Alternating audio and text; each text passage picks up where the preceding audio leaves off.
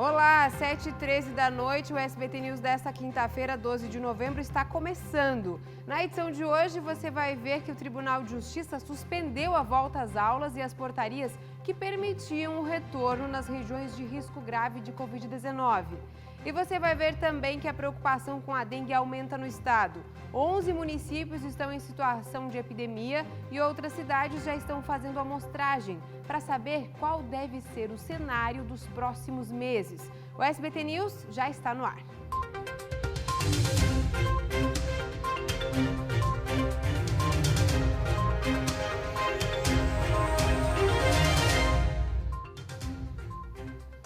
Eleições 2020, a gente começa o SBT News de hoje destacando o debate entre os candidatos que disputam a eleição para prefeito da capital. A repórter Jéssica Valentini acompanha esse encontro, traz pra gente essas informações, mais uma oportunidade para os eleitores definirem e conhecerem melhor os candidatos, né, Jéssica? Boa noite.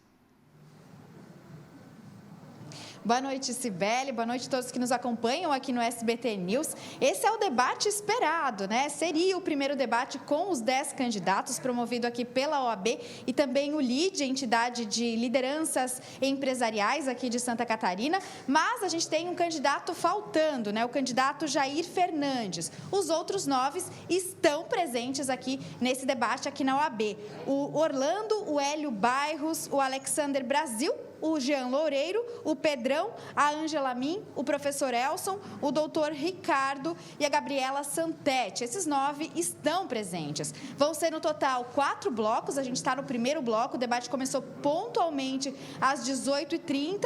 Esses 4 blocos foram definidos por sorteio, o primeiro com perguntas da produção do debate, o segundo com perguntas entre os candidatos, o terceiro volta a ser perguntas pela produção do programa e o último, então, vai ser as considerações finais dos candidatos. Eu volto com você, Cibele. E uma informação importante, né? Como a gente está no meio da pandemia, esse debate não é aberto ao público, né? Nós estamos aqui enquanto imprensa e também os assessores, mas esse debate está sendo transmitido no YouTube da OAB Santa Catarina. Então, é a oportunidade para quem vai votar no domingo, né? São 3 dias só para definir esse voto, para quem ainda está pensando em quem votar, acompanhar e ouvir essas propostas. A gente tem muito hoje redes sociais, mas hoje é a oportunidade de ouvir eles frente a frente e as propostas um ao lado do outro. Eu volto com você, Cibele.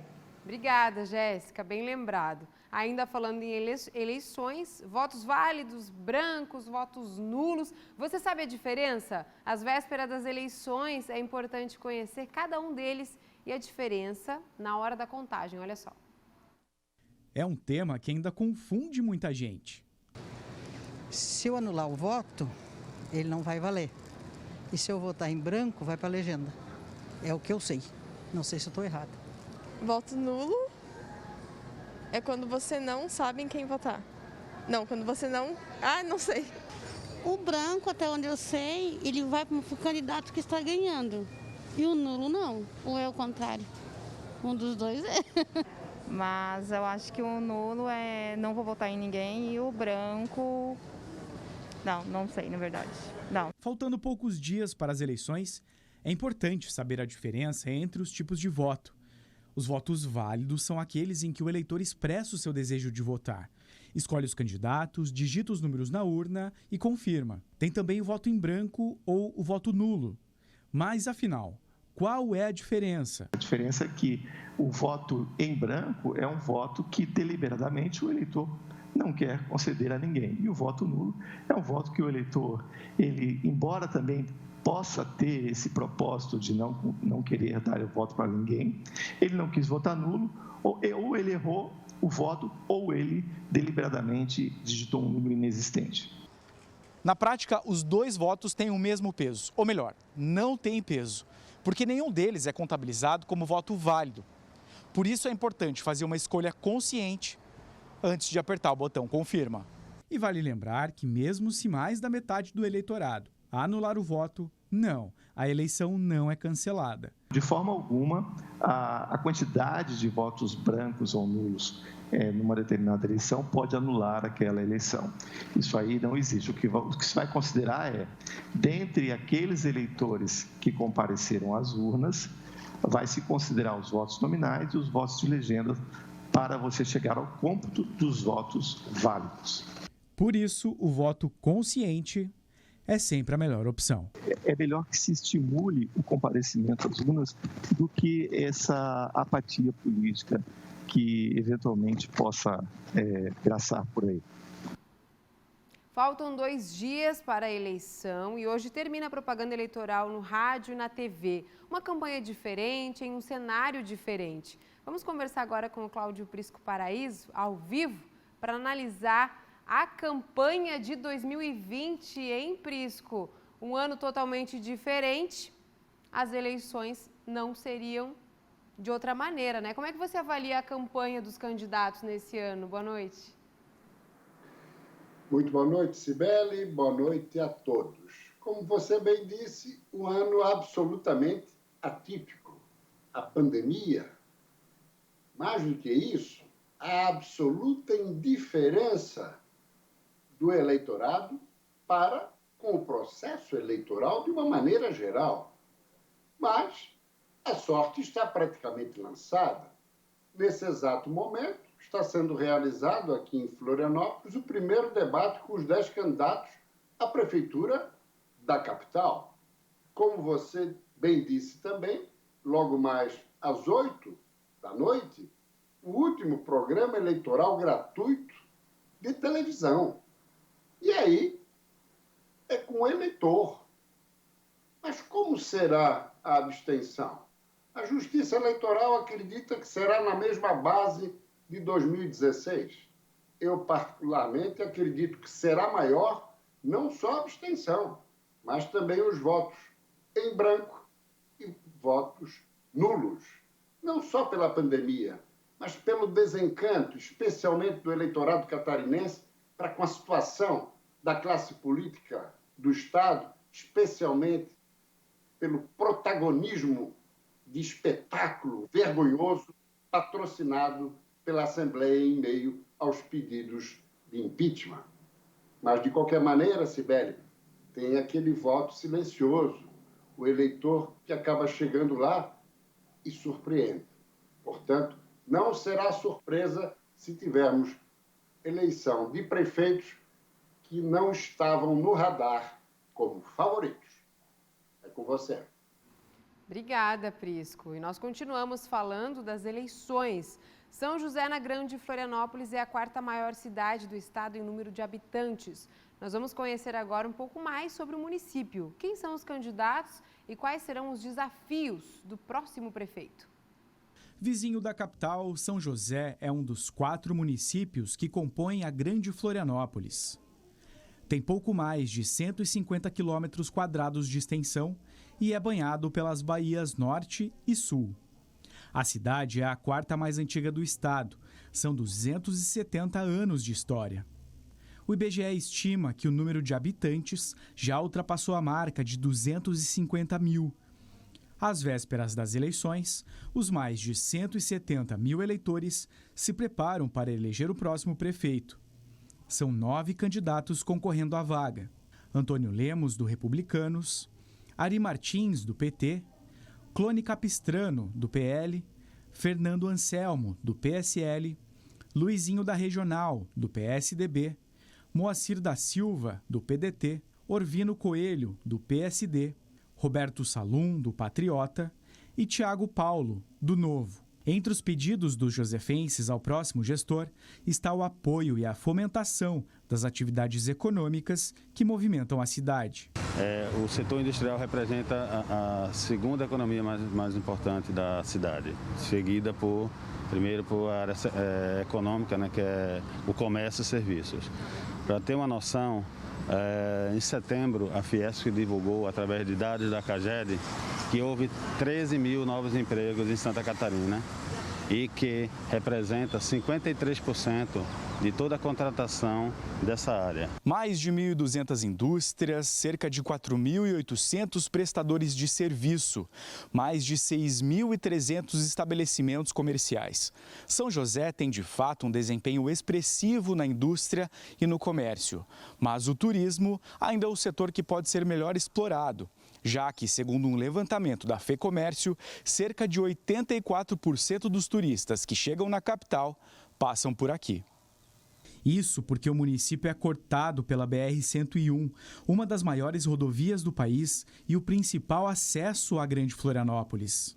Por isso, o próximo prefeito tem a missão de transformar o município em ponto de parada para quem visita a região. Nós entendemos que é importante a fomentação do turismo gastronômico, turismo de serviço, aproveitar a característica regional de São José de ser um centro geográfico da região metropolitana, e o próximo prefeito pode permitir e simplificar a abertura de empresas aplicando uma lei de liberdade econômica municipal para que as empresas tenham facilidade de atuação, sejam vistas com a boa intenção do empresário que quer gerar receita, gerar emprego, gerar atividade para a sua família e para as pessoas no seu entorno. Mesmo com o fim do ano letivo chegando, a retomada das aulas ainda é assunto de discussão. Mas uma decisão do Tribunal de Justiça de Santa Catarina pode colocar fim a esse debate da rede pública estadual. A medida atende a um pedido do Sindicato dos Trabalhadores em Educação da Rede Pública e suspende as portarias do governo que autorizavam o retorno das aulas presenciais. Quando o estado decretou o lockdown, lá em março, as escolas foram fechadas. As aulas presenciais deram lugar para atividades online. Depois de mais de 6 meses, quando a situação estava aparentemente controlada, algumas cidades decidiram liberar o retorno dos alunos. Blumenau, Joinville e Criciúma, por exemplo, aprovaram os protocolos de segurança e higiene e retomaram. Mas muitas cidades não concluíram esse documento. Com isso, ainda não voltaram às atividades. De qualquer forma, mesmo a poucos dias do término do ano letivo, o assunto ainda causa divergência entre os pais. O fato deles não poderem mais conviver com os amigos, conviver com os professores, conviver com tudo aquilo que a escola proporciona. E não dá para entender por que nos shoppings a gente pode vir, como agora a gente está, né, tomando os cuidados que a gente precisa tomar, e as crianças não podem ir para a escola. Não tem cabimento voltar agora em novembro. Infelizmente, o ano já acabou, as deficiências ficaram, a falta presencial do professor não vai ser substituída em um mês, então não tem o porquê colocar em risco tantas famílias agora nesse momento. O fato é que a distância do ambiente escolar e a falta da convivência social com colegas e professores já tem causado problemas emocionais que afetam o psicológico das crianças. E os impactos assim mais significativos que têm acontecido, eles estão relacionados à ansiedade, à depressão infantil, que isso é uma coisa muito significativa. Eles precisam desse contato social para que eles possam desenvolver capacidades sociais e socioemocionais para que eles possam se transformar, né, em adultos bem resolvidos. Com as aulas suspensas desde março, o Instituto Estadual de Educação e nenhuma outra escola da rede pública estadual poderão retomar as atividades presenciais. Essa é a decisão do Tribunal de Justiça de Santa Catarina, que suspende as portarias do governo do estado que permitiam o retorno das aulas presenciais para as escolas nas regiões com risco grave e o atendimento individual para alunos nas escolas das regiões com risco gravíssimo. O estado foi notificado nesta tarde e passa a cumprir essa decisão do Tribunal de Justiça a partir de amanhã. A seguir, o reforço no combate à dengue no litoral norte. Fiscais monitoram casas e terrenos para evitar a proliferação do mosquito que transmite a doença. Nós voltamos já.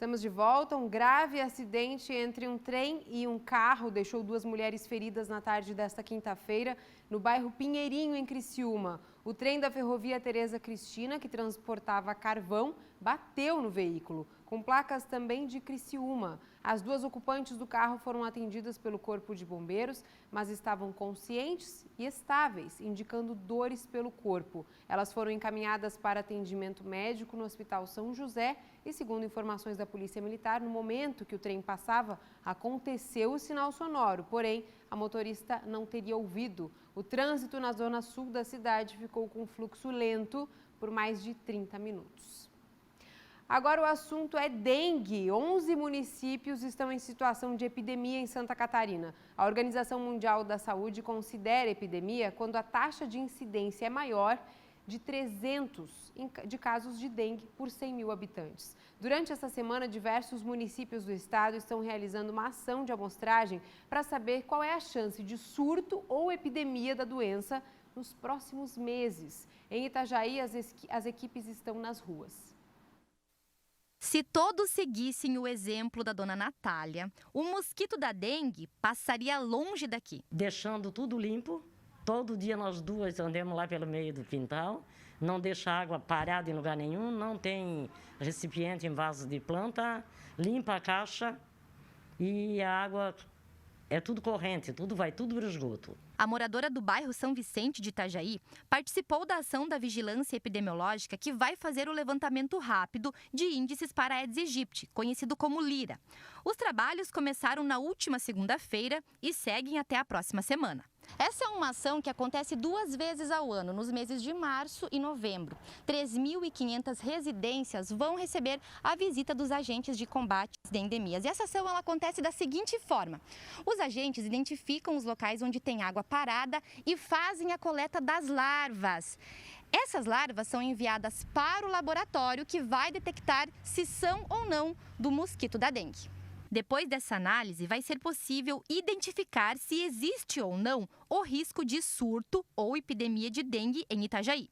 Saber quais os locais que tem maior número de depósitos, onde é que tem mais pneu, onde é que tem mais bromélia, onde é que tem mais lata, e saber os bairros que também tem maior índice de infestação. Segunda-feira a gente já fez esse trabalho nas residências, encontramos bastante larva e larva do mosquito Aedes aegypti, o que nos preocupa. Outros municípios da região também realizam a ação. Itajaí tem 189 casos de dengue e é preciso ficar alerta aos sintomas da doença. Como muitos deles são semelhantes aos do coronavírus, é importante procurar ajuda médica quando eles forem notados. Febre, dor pelo corpo, manchas avermelhadas, dor no fundo dos olhos, procure uma unidade de saúde. Atenção também com o clima, que facilita a proliferação do mosquito da dengue, principalmente a combinação de altas temperaturas acompanhadas de chuva. E uma forte chuva caiu hoje à tarde na cidade de Uruçanga. Alagamentos foram registrados em alguns pontos da cidade, principalmente na região central. A forte tempestade caiu no fim da tarde e assustou os moradores. Olha só essas imagens. Uma forte chuva de granizo atingiu a Serra Catarinense durante a tarde. O gelo acumulou nas telas e que protegem esses pomares na localidade de Vista Alegre, Bom Jardim da Serra. Essas telas evitam que o gelo danifique os pomares. A quantidade de granizo deu bastante trabalho, pois precisava ser retirada para não rasgar justamente essas telas de proteção. Falando nisso, vamos ver como fica o tempo no estado para amanhã.